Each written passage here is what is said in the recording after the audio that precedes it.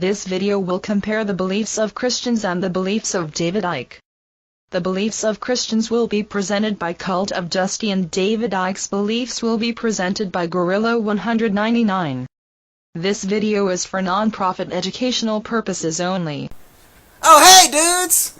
Have you guys heard the good news yet?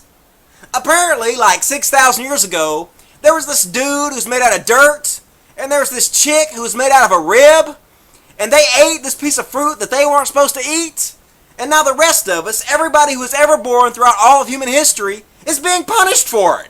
Isn't that awesome? But it gets even better, dudes. If you don't agree to worship the God that created this brilliant system to begin with, and if you don't agree to accept His Son as your Lord and Master, He's going to torture you forever and ever and ever without end. Isn't that terrific? But that's not even all, folks. The good news gets even gooder. Apparently, this same God has decided that some of the funnest things in life are actually sinful. You know, all those little fun things that make life worth living instead of a monotonous hell. You know, like sex, drugs, and rock and roll. Well, it turns out they're all evil and you're not supposed to do them.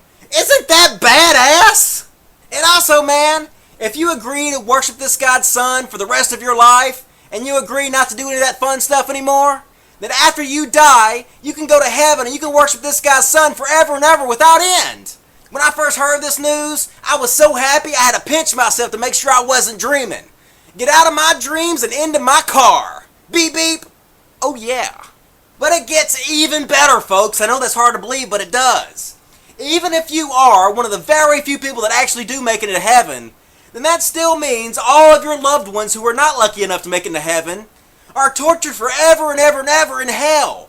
While you're hanging out in heaven, all of your loved ones are writhing in agony, gnashing their teeth every nanosecond as they experience some of the greatest pain the mind can imagine forever and ever with never having a moment of relief. Isn't that the most wonderful thing you've ever heard in your entire life?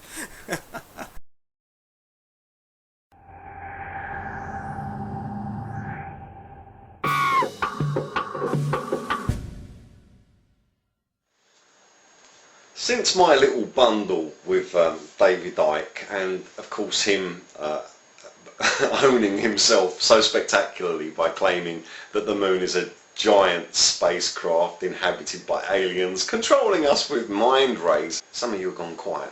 Good, because that's the first stage of waking up. For the rest, let's just stretch this out a little bit further, like I said. Okay, now, these aliens who are in the giant spaceship moon who are controlling you with mind rays, you think about this right now. You now have an excuse to do everything that you've ever wanted to do because it's not your fault, because the aliens in the giant moon with their mind rays are controlling you. So you see, but let's twist this around now, okay? Because most of you followers of Icke are guys, yeah? Okay.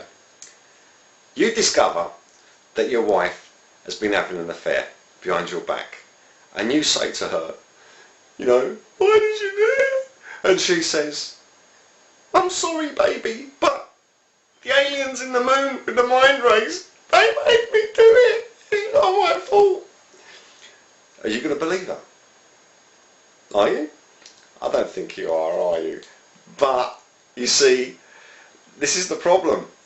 If you're prepared to accept that the moon is a giant spaceship full of aliens controlling you with mind rays, okay, then you're gonna have to accept that your wife, or your girlfriend, or your husband, or whoever, one day can turn around and say that to you.